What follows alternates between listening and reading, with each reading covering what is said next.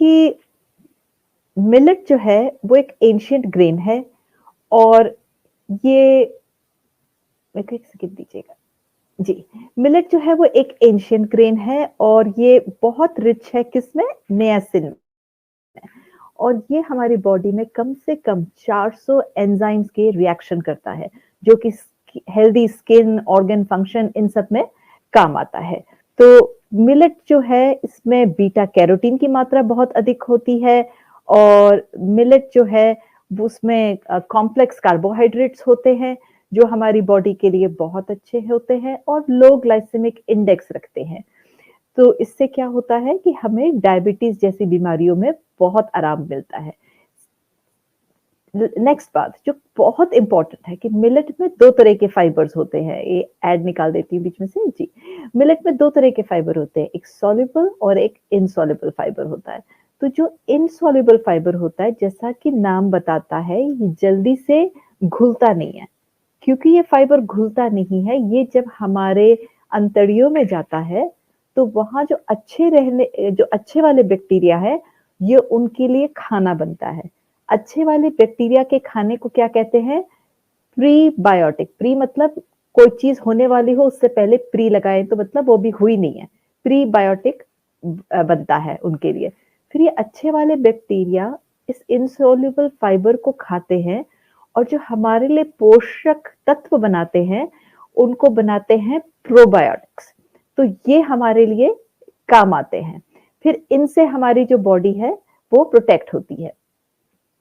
फिर क्या होता है जो सॉल्युबल फाइबर है, जो फाइबर अभी घुलता नहीं है, अच्छे से नहीं घुलता, तो क्या होता है? वो भूसे की तरह रहता है और ये जब हमारी अंतड़ियों में जाता है, वहाँ पे जो खराब वाला कोलेस्ट्रॉल है, उसको ये ट्रैप कर लेता है, उसको फँसा लेता है और फिर वो खराब वाला कोलेस्ट्रॉल उस भूसे में फँस के हमारी पूप में बाहर निकल आता है और क्योंकि हम सारा कोलेस्ट्रॉल एब्ज़ॉर्ब नहीं करते, इसलिए हमें एथेरोस्क्लेरोटिक यानी कि हार्ट डिजीज़ जैसी बीमारियों का हमें डर कम हो जाता है, रिस्क फैक्टर कम हो जाता है। फिर मिलेट में होता है बहुत सारा पोटेशियम, जो हमारी हेल्दी किडनीज़ और हार्ट फंक्शन के लिए बेहद ज़रूरी है। फिर होता है जैसा कि हम देख रहे हैं vitamin A, vitamin B, phosphorus, potassium, बहुत सारे एंटीऑक्सीडेंट होते हैं। मिलेट में बोले तो कम से कम भी कैंसर को फाइट करने वाले 35 पॉलीफिनॉल्स होते हैं जो स्पेसिफिक टू फाइटिंग कैंसर जो कि साइंस अब तक उनको आइसोलेट कर पाई है। वैसे तो क्या पता और कितने ज़्यादा होंगे। और नियासिन होता है, कैल्शियम होता है, आयरन का बहुत अच्छा सोर्स होता है, कैल्शियम का बेहद अच्छा सोर्स होता है मिलेट। ये दूध से करीब 3 गुना ज़्यादा पर ग्राम कैल्शियम मिलेट देता है। लेकिन आज तक हम किसी से नहीं सुनते कि अगर हड्डियाँ मजबूत बनानी है तो मिलेट खाइए और इसकी कैलोरिक इनटेक हम देखते हैं अब। सिर्फ़ और सिर्फ़ 1 क्वार्टर कप यानी कि 1 कप का 1 चौथाई कप के अंदर हम देखेंगे 6 ग्राम प्रोटीन होता है। तो यानी कि एक पूरे कप में कितना हुआ? 24 ग्राम प्रोटीन होता है मिलेट में। और फैट भी बहुत कम है और फाइबर अगर 4 को 4 से मल्टीप्लाई करें तो 16 ग्राम फाइबर, ये बहुत ज़्यादा होता है, इतना सारा फाइबर। तो हमने देखा कि मिलेट जो है वो खाने के लिए कितनी अच्छी है। चलिए अब हम नेक्स्ट वाले उस पे जाते हैं कि आज हम देखेंगे कि हाई ब्लड प्रेशर होता क्यों है और इसका इलाज क्या है। तो सबसे पहले मैं आपको मोटा-मोटा बता दूं कि हाई ब्लड प्रेशर की बीमारी क्या है। तो होता क्या है, हमारा जो दिल होता है उसके 4 चेंबर होते हैं और गरम एक्सक्यूज़ मी जो गरम खून देखिए कहाँ से याद आ गया जी, बहुत जोश है हम सब में, वाक़ई गरम खून है। तो जो अम, खराब खून होता है जिसमें ऑक्सीजन की मात्रा कम होती है, वो वाला खून एक तरफ से एंटर करता है और फिर वो जाता है लंग्स में। फिर लंग्स में उस खून के अंदर ऑक्सीजन मिलाई जाती है। वो खून लौट के हार्ट के दूसरे हिस्से में आता है और फिर वो उस हिस्से से पंप होके सारी हमारी बॉडी में जाता है। तो जो हमारा हार्ट जो होता है, जब वो सिकुड़ता है, तो वो ब्लड को आगे पुश करता है। जब हार्ट रिलैक्स करता है, तो वो जो ब्लड जिस प्रेशर से उसने आगे डाला था, उसमें प्रेशर कम हो जाता है। तो एक बार हमारा हार्ट बीट जब सिकुड़ता है हार्ट, तो हमारा ब्लड प्रेशर ऊपर जाता है, और जब हमारा हार्ट सिकुड़ता है तो आगे जाने वाले ब्लड का प्रेशर कम होता है, तो हमारा ब्लड प्रेशर उस तरह से कम होता है। तो इसीलिए जब हम ब्लड प्रेशर लेते हैं तो उसमें 2 नंबर आते हैं, एक ऊपर वाला नंबर और एक नीचे वाला नंबर। ऊपर वाला नंबर हायर होता है, ज़्यादा होता है, क्योंकि उसके ऊपर हार्ट सिकुड़ के प्रेशर डाल रहा है, ये वो वाला नंबर है। और जो नीचे वाला नंबर होता है हमेशा कम होता है, क्योंकि ये हार्ट एक्सपैंड कर रहा है, रिलैक्स कर रहा है, तो आगे जाने वाले ब्लड के ऊपर प्रेशर नहीं डाल रहा। और ये प्रेशर किसके अगेंस्ट मेजर किया जाता है? जो हमारी हार्ट की से निकलने वाली जो आर्टरीज होती हैं, उन आर्टरीज की जो वॉल होती है, उन वॉल पे जो आर्टरीज में बहने वाला ब्लड है, वो कितना प्रेशर डाल रहा है, उसको मेजर करते हैं जब हम ब्लड प्रेशर कफ लगाते हैं। ठीक है, अब ऐसा क्या होता है कि समय के साथ-साथ ये आर्टरीज में ऐसा क्या होता है कि जो प्रेशर है उसके अंदर बहने वाले ब्लड का, वो प्रेशर बढ़ जाता है। तो कई चीज़ें होती हैं।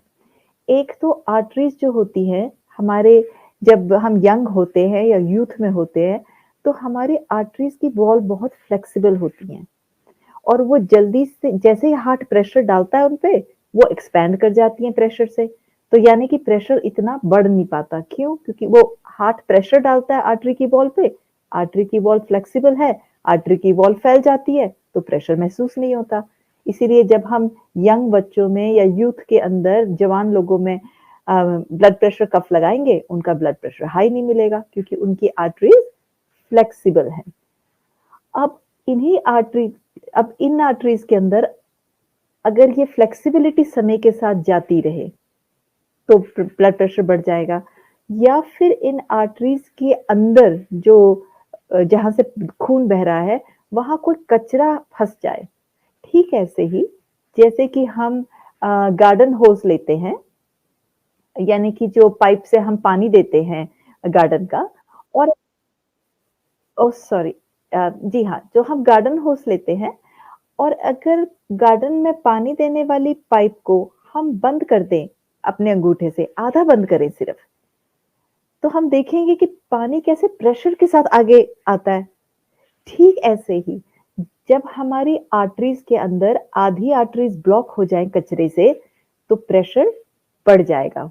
वही खून की मात्रा उतनी है, लेकिन अब जब उस हिस्से से ब्लॉक्ड एरिया से बहेगी, तो बहुत प्रेशर से बहेगी, और ये प्रेशर हम रिकॉर्ड करते हैं जब हम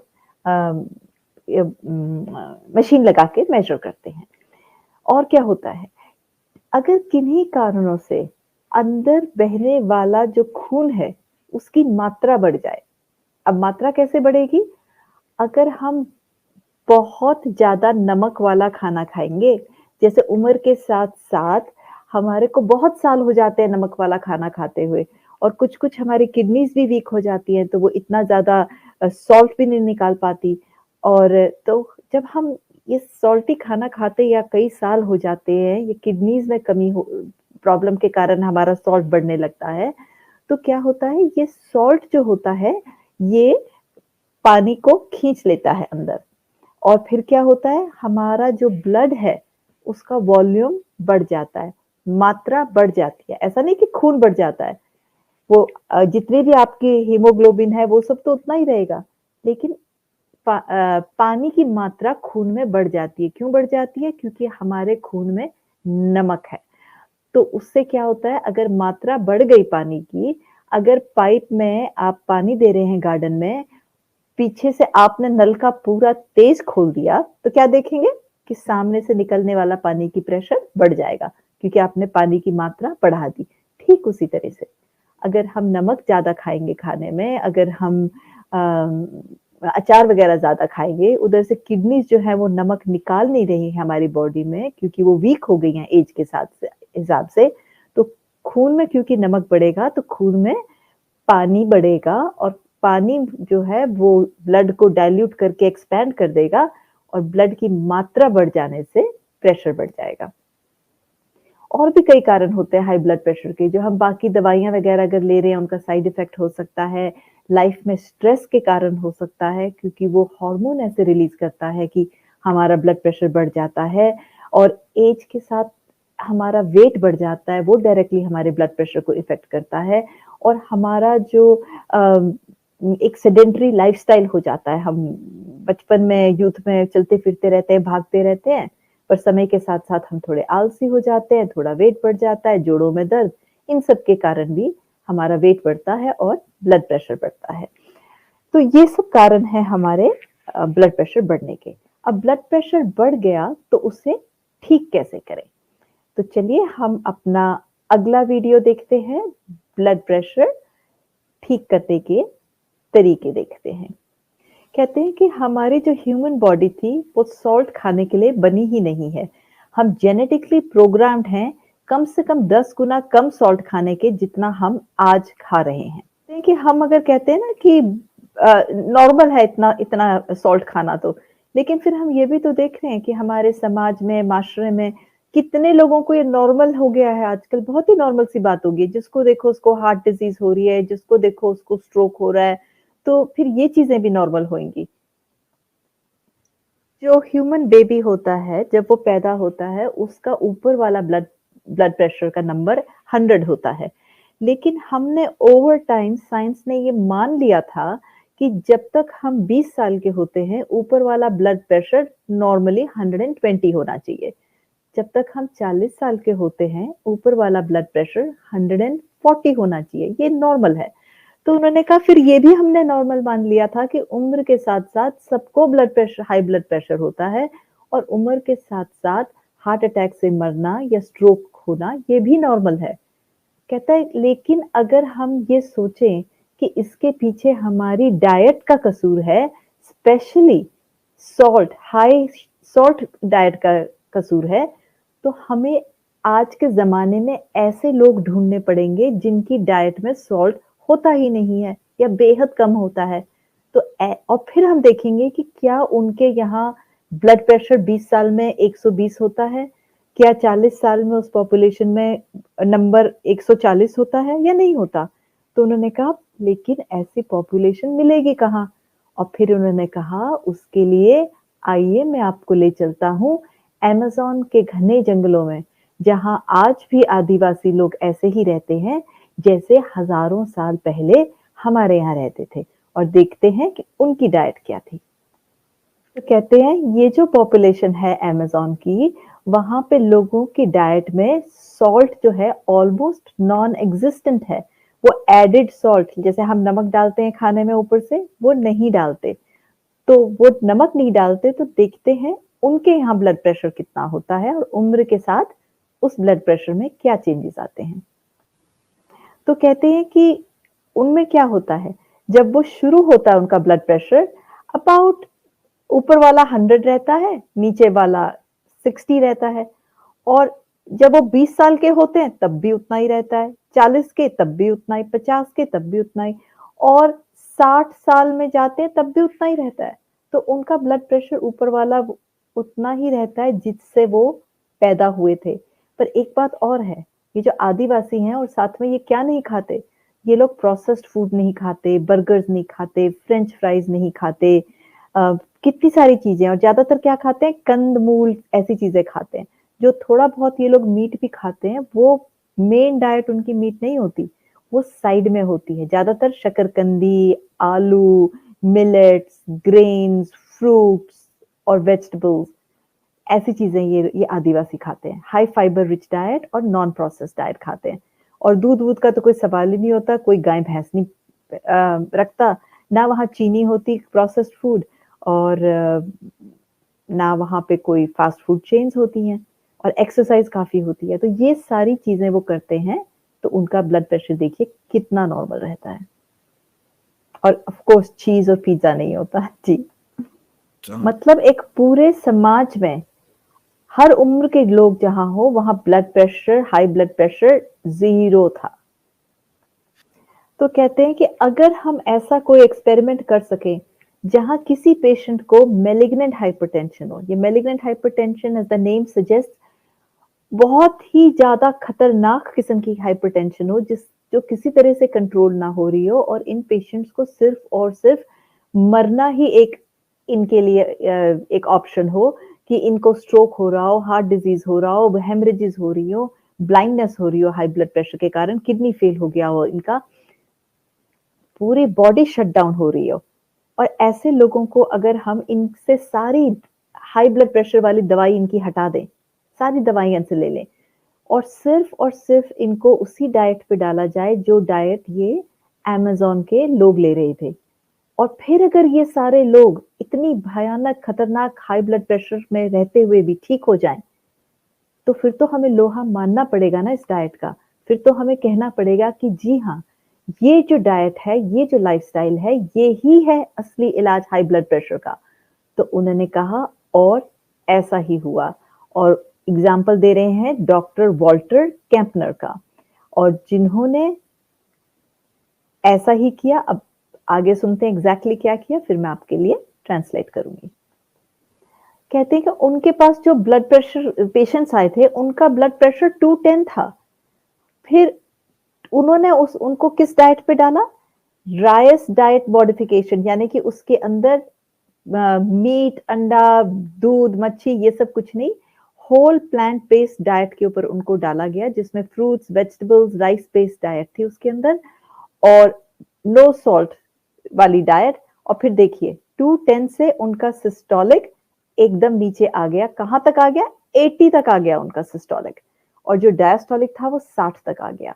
मतलब एक बच्चे जितना उनका पहुंच गया। वो कहते हैं कि क्यों वो इस तरह की स्टडी कर पाए जहां की बहुत ही खतरनाक तरह की ब्लड प्रेशर की बीमारी होते हुए भी उन पेशेंट्स को कोई ब्लड प्रेशर की दवाई नहीं दी, क्योंकि ये 1940s का टाइम है, तब तक ब्लड प्रेशर की दवाइयां बनी ही नहीं थी। तो अपने आप ही एक्सपेरिमेंट जो था ये बिना दवाइयों के हुआ, और हमने देखा कि कितने भयानक हाई ब्लड प्रेशर को भी with in a matter of few days उन्होंने ठीक कर दिया। कहा ये डाइट सिर्फ और सिर्फ बिना नमक के नहीं थी, ये diet whole plant based diet थी। वही डाइट जिसके बारे में हम रोज इस मेडिकल चौपाल में बैठ के बातें करते हैं।